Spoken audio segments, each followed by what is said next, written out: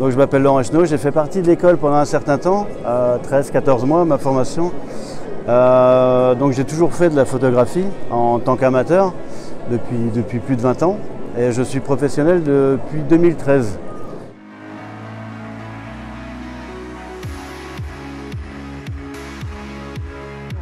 J'ai fait des photos, j'ai commencé à les exposer pour faire plaisir parce que mes photos plaisaient sur les réseaux sociaux ou quand je les montrais comme ça. Donc j'ai fait une première exposition, j'ai commencé à vendre. Deuxième exposition, j'ai commencé à vendre un peu plus, tout ça.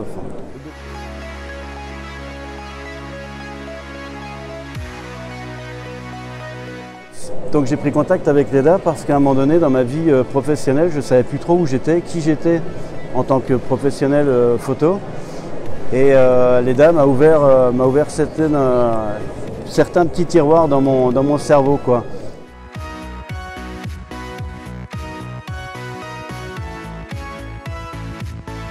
Il faut comprendre que même si on a un domaine particulier de la photographie, moi je suis dans l'animalier et le paysage, il faut surtout comprendre l'ouverture d'esprit dans d'autres domaines, comme le portrait en studio ou tout autre domaine. Ça apporte énormément de richesse artistique.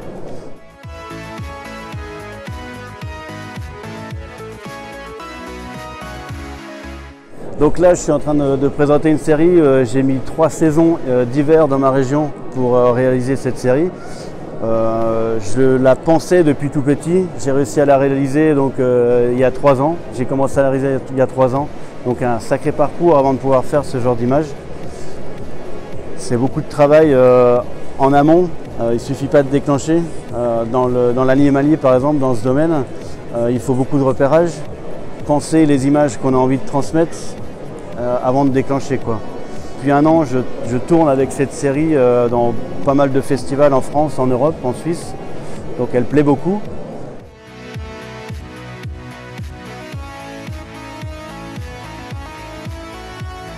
C'est ma dernière exposition là, avant 3 ans. Je vais vous expliquer pourquoi. J'ai un projet mondial en cours sur les macares moines. Ça fait un peu plus de 8 ans que je traverse la planète, toutes les colonies du monde sur le macaque moine.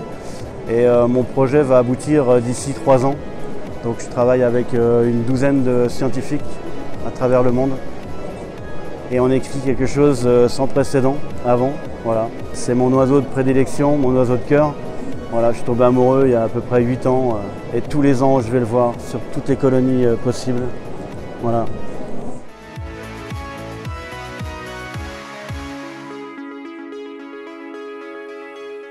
Donc j'ai pris ce choix de tout arrêter ce que je fais depuis quelques années et de me consacrer aux écrits. Transmettre en écrit ce qui se passe là-dedans, c'est très compliqué. Voilà.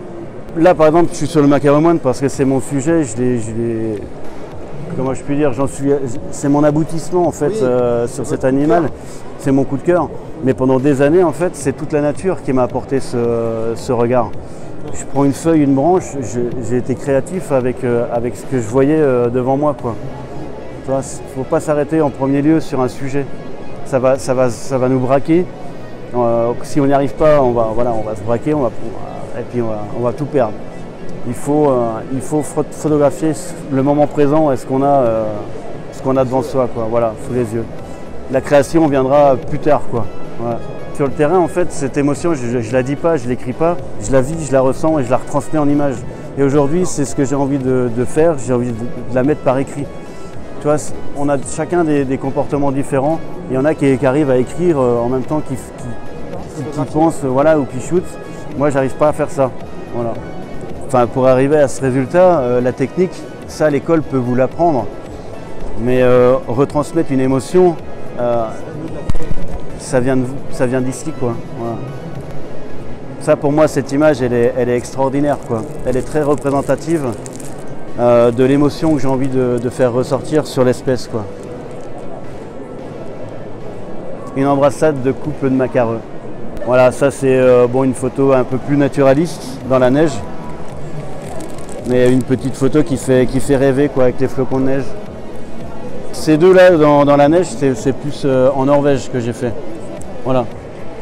Donc après, moi je voyage beaucoup justement pour capter aussi les ambiances.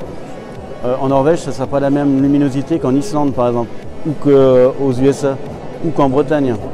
Je recherche toujours l'endroit par rapport à ce que j'ai envie de transmettre en émotion. C'est très important. Mais ça, la maîtrise de ça, ça viendra beaucoup plus tard, quoi. Vous allez le comprendre au fur et à mesure que vous allez photographier. Et vous allez voir ça, cette évolution en vous. Après, j'ai 9 objectifs dans le sac. J'ai 3 boîtiers différents par rapport à mes idées photographiques. Mais principalement, ouais, c'est 7D Mark II et le 300 mm. Voilà.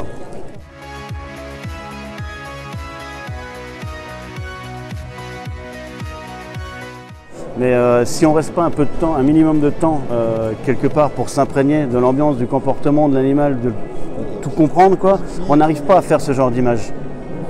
Tu vois ? Lui, justement, qu'il accepte la présence d'un humain. Aussi, le macaromoine en l'occurrence, c'est assez facile puisqu'il est curieux de nature. Mais pour un autre animal, effectivement, on aura un peu plus de difficultés pour avoir cette approche, quoi. C'est beaucoup de sacrifices en fait. On n'arrive pas à créer une image, une belle image, sans sacrifice. Il faut passer du temps sur le terrain et ça demande beaucoup de sacrifices personnels, quoi. Ouais. Faut plus compter, ouais, on peut pas être partout. Moi je compte même plus les heures sur le terrain. On me demande souvent combien de temps pour faire cette photo de renard. J'en sais rien parce que c'est des années d'études du terrain déjà, parce que je savais que le renard il passait à tel endroit. Et après j'ai affûté pendant des jours pour avoir ce résultat. Ouais. Donc non, voilà, la nature elle est comme ça, quoi. C'est pour ça que je dis la priorité en fait c'est de prendre en image ce que la nature nous donne, quoi. Pas dans mon domaine en tout cas. Voilà.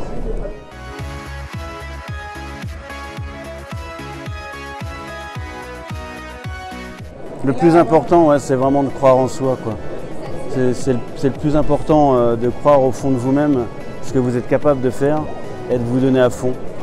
Vivre sans regret, c'est comme dans tout, hein, être photographe ou quoi que ce soit, c'est quand tu vis une passion, tu es heureux comme un ange.